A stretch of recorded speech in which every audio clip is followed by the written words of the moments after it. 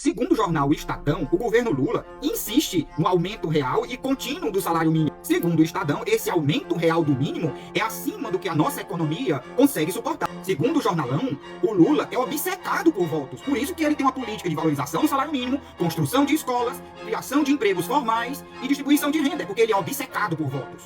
Nem o político brasileiro é obcecado por votos. Olha só. O Romeu Zema não é obcecado por votos, o Tarcísio não é obcecado por votos, os parlamentares da bancada evangélica, da bancada da bala, da bancada conservadora, Sóstenes Cavalcante, não é obcecado por votos, Rogério Marinho não é obcecado por votos, ninguém, mas o governo Lula é obcecado por votos.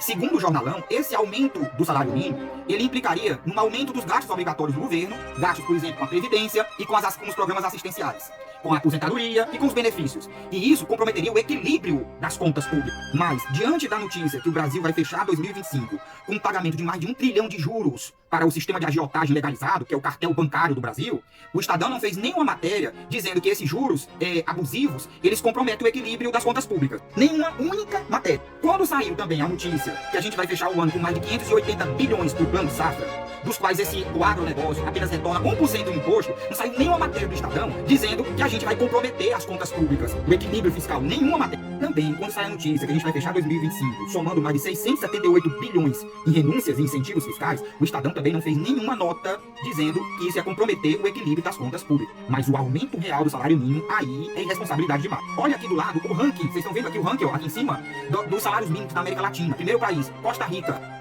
726 dólares. Segundo, Uruguai, 586. Só que o Uruguai, o salário mínimo lá não é fixo. O valor do salário mínimo no Uruguai, ele pode chegar até 850 dólares. Não é 586, 850, porque lá é por estado. Então, por exemplo, em Montevidéu é 850 dólares. É só você multiplicar pelo dólar atual, que está 5,5, que você vai ter um valor de quase 5 mil reais o salário mínimo no Uruguai. O Chile, 565 dólares, também multiplica por 5,5. México, 470. Aí você tem Paraguai, 370.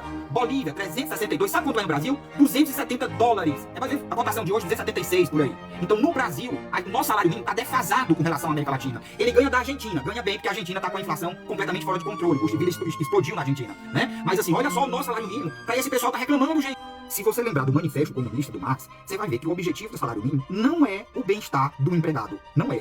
O salário mínimo é pensado assim, ele não pode ser tão alto que o empregado possa, a partir dele, juntar uma grana e abrir o seu próprio negócio e se tornar um concorrente do empregador, no capitalista. Então ele não pode ser tão alto que possa ameaçar o capitalista com mais um concorrente. E ele também não pode ser tão baixo que ele possa comprometer a manutenção e a propagação dessa raça.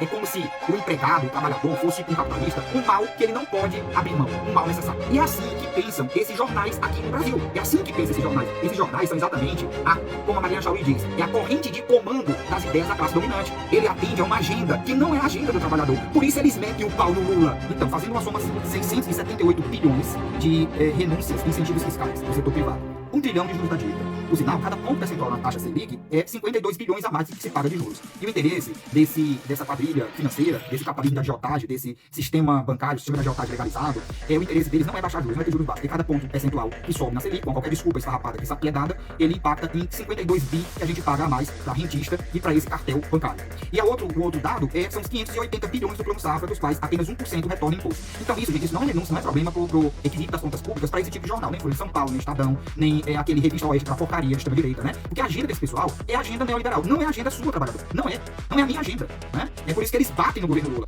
O pior é que esse tipo de jornal, notícia, que faz a cabeça do trabalhador brasileiro. Você sabe que 64% dos trabalhadores que ganham até 2 salários mínimos são contra a taxação dos super ricos, a taxação das grandes fortunas. Isso é uma tragédia, gente. Mas é isso aí, nosso apoio ao governo Lula pelo aumento, pela continuação do aumento real do salário mínimo. Lembrando que no governo do Bolso Lixo, do Bolso Bosta, do presidiário condenado de tornozeleira na terra, não houve aumento real do salário mínimo, né? O salário mínimo ficou, o cálculo do Paulo Guedes era que o salário mínimo pudesse ficar abaixo da inflação. Essa era a luta deles, né? Então é isso aí. Por hoje é isso. Para mais conteúdo anti-bolsoloide, para mais conteúdo anti-extrema-direita, para mais conteúdo progressista, segue esse perfil e dá um like aí para dar uma força aí pra nossa conta. Valeu.